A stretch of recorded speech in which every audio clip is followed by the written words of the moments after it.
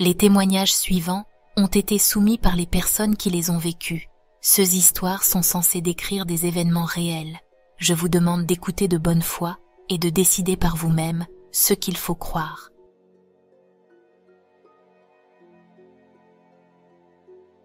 Ma mère m'a raconté cette histoire des années après qu'elle se soit produite.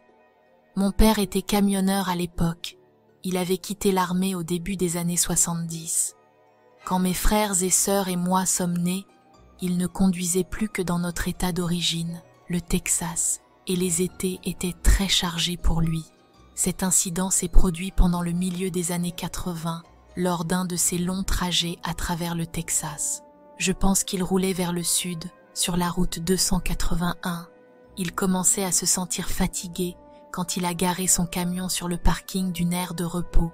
Il se dirigeait vers le magasin de proximité sur place quand il a remarqué une jeune femme qui marchait de long en large devant le magasin.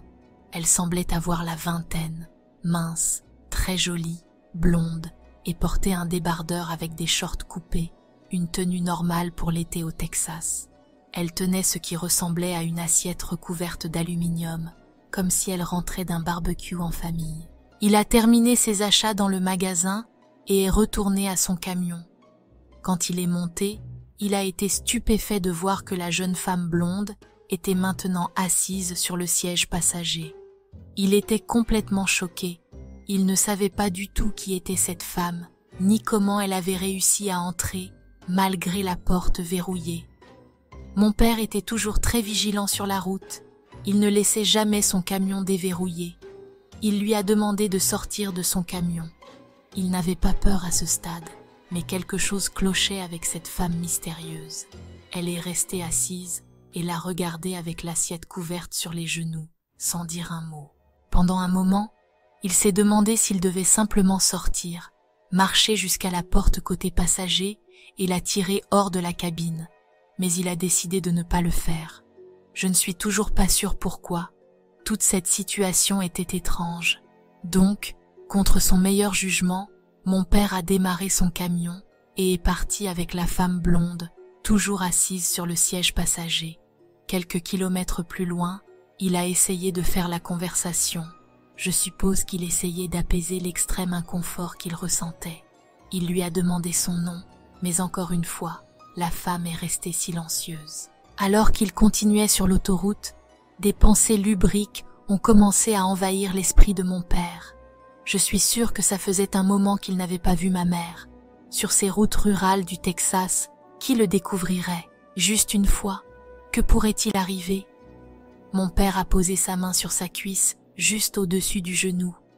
Dès qu'il l'a touchée, la belle jeune femme s'est transformée en une sorte de monstre infernal. Son visage est devenu déformé, ses yeux étaient maintenant des puits noirs. Ses dents s'étaient transformées en crocs acérés avec une langue anormalement longue. La créature démoniaque a émis un sifflement guttural.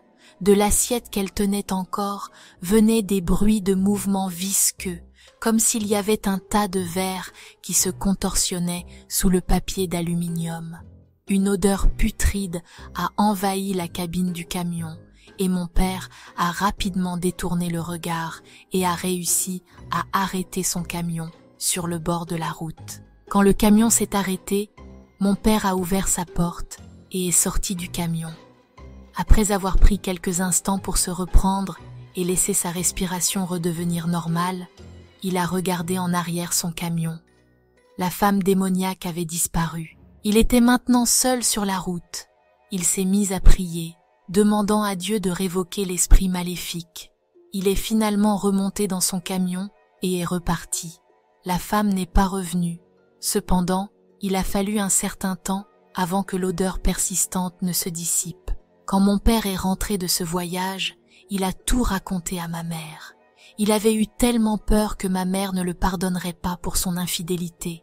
Il avait vu beaucoup de choses dans sa vie, mais rien ne l'avait jamais effrayé comme ça. Il se blâmait d'avoir eu des pensées impures, et peut-être que c'est pourquoi il avait attiré l'esprit maléfique. Je sais que beaucoup diront que les gens trompent leur partenaire tout le temps, et que rien de tel ne leur arrive. Je ne peux pas l'expliquer.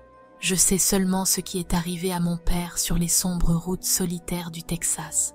Quand j'ai grandi, j'ai évoqué cette expérience avec lui et je lui ai demandé « Papa, est-ce que cela t'est vraiment arrivé ?» Il ne répondait jamais avec des mots, il hochait simplement la tête.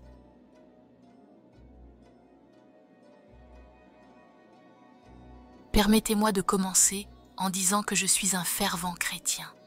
J'ai toujours eu une croyance en Dieu et il est logique de penser que là où il y a de la lumière, il y a aussi des ténèbres.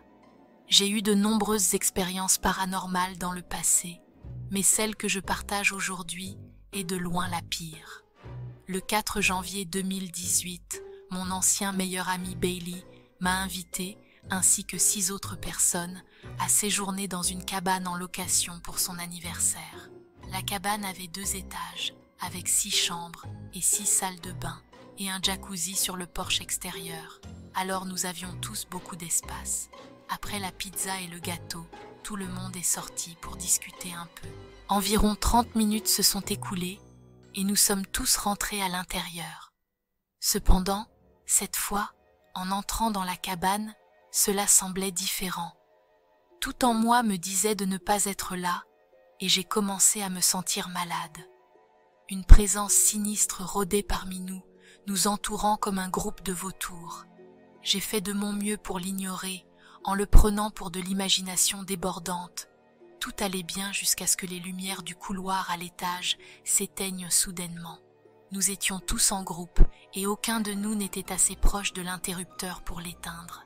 J'ai remarqué que mon amie Elisa agissait étrangement depuis que nous étions rentrés à l'intérieur.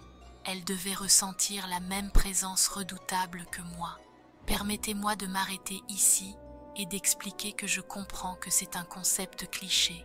Si vous n'êtes pas capable de ressentir la présence d'un esprit malfaisant, c'est comme si quelqu'un vous saisissait l'estomac et le comprimait. C'est une sensation très nauséabonde. Elisa a fini par appeler sa mère pour venir la chercher. Je n'ai jamais discuté avec elle de pourquoi exactement elle est partie cette nuit-là, mais le regard dans ses yeux m'a dit tout ce que j'avais besoin de savoir. Le départ d'Elisa a un peu brisé l'ambiance de la fête et tout le monde a commencé à se sentir très mal à l'aise. Les autres invités ont commencé à partir un par un, jusqu'à ce qu'il ne reste plus que moi, Bailey et notre amie commune Chloé. Des bruits de grattage forts et des coups aléatoires ont commencé à résonner dans la vieille cabane. Nous sommes descendus pour voir si le père de Bailey essayait de nous faire peur, mais il n'y avait personne. Nous avons décidé de ne pas nous préoccuper des événements étranges. Ne vous méprenez pas, nous savions qu'il y avait quelque chose dans la cabane avec nous, mais nous avons décidé qu'ignorer était la meilleure chose à faire. Ce n'est que vers 3 heures que nous avons décidé de remonter à l'étage pour essayer de dormir. Lorsque nous sommes arrivés en haut des escaliers, nous nous sommes tous figés d'effroi absolu. Une silhouette noire sombre et mince se tenait au bout du couloir, puis elle a disparu dans l'air. Nous avons tous crié de toutes nos forces et nous nous sommes précipités dans la chambre, en fermant la porte à clé. Pour une raison inexplicable, nous n'avons toujours pas compris l'indice et pris nos jambes à notre cou. Nous avons attrapé quelques oreillers et couvertures et avons décidé de dormir dans le même lit, pensant qu'il ne viendrait pas nous chercher si nous étions tous ensemble. Malgré le sentiment dérangeant que j'avais, j'étais toujours épuisée, alors je me suis assoupie. Mais après environ 5 minutes, je me suis réveillée en entendant des grognements sournois venant du pied du lit. Tout ce que je pouvais faire, c'était rester là et prier pour que rien ne nous arrive. « Ignore-le et il partira », je me répétais, me persuadant de retourner dormir. 10 minutes plus tard, j'ai entendu le grognement le plus fort de ma vie. Le bruit était assez fort pour réveiller Chloé et Bailey. Nous avons soudainement senti une odeur putride, comme un mélange d'œufs pourris et de soufre. C'était dégoûtant. À ce stade, nous en avions assez et avons décidé de fuir la cabane et de ne jamais y retourner. À ce jour, j'ai encore des frissons chaque fois que je parle de cette nuit. Je suis juste heureux que nous soyons tous sortis sains et saufs. Souvenez-vous toujours que chaque fois que les ténèbres sont proches, il y a toujours une raison d'avoir peur. Cette histoire n'est pas la mienne. Cela est arrivé à mon oncle il y a plusieurs années. Cependant, Les conséquences de cet incident se font encore ressentir aujourd'hui. Pour un peu de contexte, dans mon pays, il y a des personnes de notre culture qui pratiquent la magie noire. Peu importe vos croyances ou votre éducation, vous ne voulez pas vous mettre à dos un praticien de cette magie. Vous pourriez penser, eh bien, c'est facile, il suffit d'être gentil avec eux. Le problème, c'est que vous ne savez jamais qui ils sont. Ils pourraient être n'importe qui. Notre gouvernement a interdit cette forme de sorcellerie. Pour autant que je sache, il n'y a pas de nom officiel pour cela, ni pour les praticiens qui invoquent ces pouvoirs sombres. La plupart des autochtones les appellent sorciers maléfiques ou sorciers noirs. Un sorcier est un guérisseur qui utilise la magie et a la capacité de communiquer avec les esprits ancestraux. Ils sont un pilier de notre culture. Cependant, en plus de la pratique de la magie noire interdite, les sorciers maléfiques utilisent également la nécromancie et exhument les corps de personnes et d'animaux décédés pour utiliser leurs restes dans leurs rituels odieux. Pour dire les choses simplement, mon oncle a contrarié quelqu'un qui s'est avéré être un sorcier maléfique. Il nous en a informé car on croit que certaines malédictions peuvent cibler toute une lignée. À l'époque, mon oncle travaillait comme agent de sécurité de nuit. Il rentrait chez lui un soir et proposa à certains de ses collègues de les raccompagner chez eux, à condition qu'ils n'habitent pas trop loin. L'un des hommes avec qui il travaillait exigea que mon oncle le dépose chez lui, mais mon oncle refusa car cet homme habitait au milieu de nulle part et c'était trop loin pour lui. L'homme devint furieux et se mit à jurer et à crier sur mon oncle. Je connais mon oncle. Je peux garantir qu'il n'a pas été poli, ni qu'il aurait cherché à désamorcer la situation après que l'homme soit devenu de plus en plus agressif envers lui. Mon oncle a aussi un tempérament, et il a parfois du mal à contrôler sa colère, donc être maudit était probablement de sa faute. La situation s'est envenimée au point où mon oncle était sur le point de frapper cet homme. Cependant, l'homme prononça une phrase dans sa langue maternelle et cracha ensuite aux pieds de mon oncle. Les autres collègues qui regardaient tout se dérouler se mirent immédiatement à paniquer et crachaient par terre comme s'ils venaient de manger quelque chose de pourri. Certains d'entre eux s'enfuirent même. Mon oncle était très confus par le comportement de l'homme car il était le seul qui ne partageait pas la même culture que ces hommes. Il ne savait pas qu'il avait été maudit. Peu de temps après cette épreuve, mon oncle décida qu'il était temps de partir et appela les gars à qui il avait promis de donner un lift. Sauf que maintenant, ils refusèrent tous de monter avec lui et n'approchèrent même pas de lui. Mon oncle avait probablement perdu patience et s'en alla précipitamment vers sa voiture. Dès qu'il s'assit sur son siège de conducteur, il se sentit très nauséeux. Alors qu'il roulait sur les routes désertes, les feux de sa voiture s'affaiblirent nettement. Sa radio commença à grésiller, alors il l'éteignit. Alors qu'il s'apprêtait à se ranger sur le côté pour voir ce qui se passait avec son véhicule, il entendit un ricanement aigu venant de derrière lui. Mon oncle paniqua et faillit provoquer un accident. En tant qu'agent de sécurité, mon oncle était armé, donc après s'être garé, il désenclencha son pistolet et se retourna pour regarder à l'arrière. Il n'y avait personne. Un sentiment de froid et d'inquiétude l'envahit, comme si un regard malfaisant le surveillait. Alors il se retourna et fonça chez lui. Une fois arrivé chez lui, il commença à rassembler ses affaires. Quelque chose dans le rétroviseur attira son attention.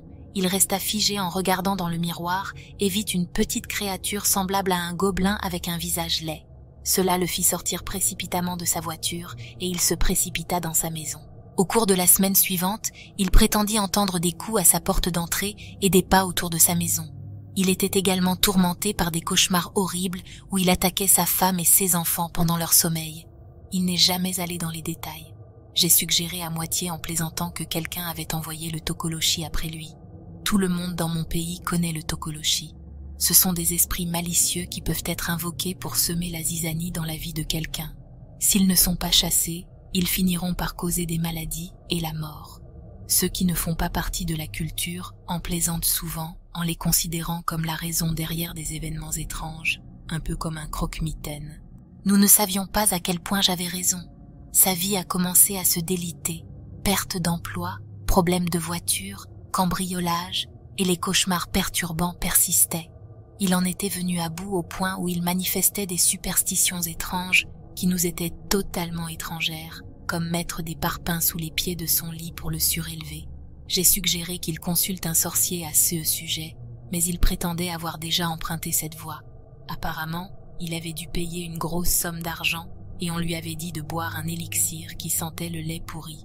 Il a dit qu'il avait commencé à vomir une substance noire et le sorcier a dit que le tokoloshi quittait son corps. Mon oncle prétendait que cela fonctionnait, mais nous voici de nombreuses années plus tard et il ne peut toujours pas garder un emploi, a toujours des problèmes de voiture et a même dû emménager dans la petite maison attenante à notre maison où vivaient autrefois ses parents décédés car il ne pouvait plus subvenir financièrement à ses besoins ni à ceux de sa famille. Récemment, sa femme et sa belle-sœur, qui vivent avec lui dans la petite maison, prétendent entendre des pas autour de la maison la nuit et des coups venant des murs.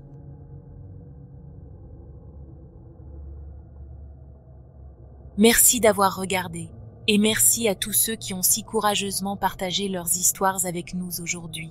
Si vous avez aimé la vidéo, n'hésitez pas à liker, partager et vous abonner.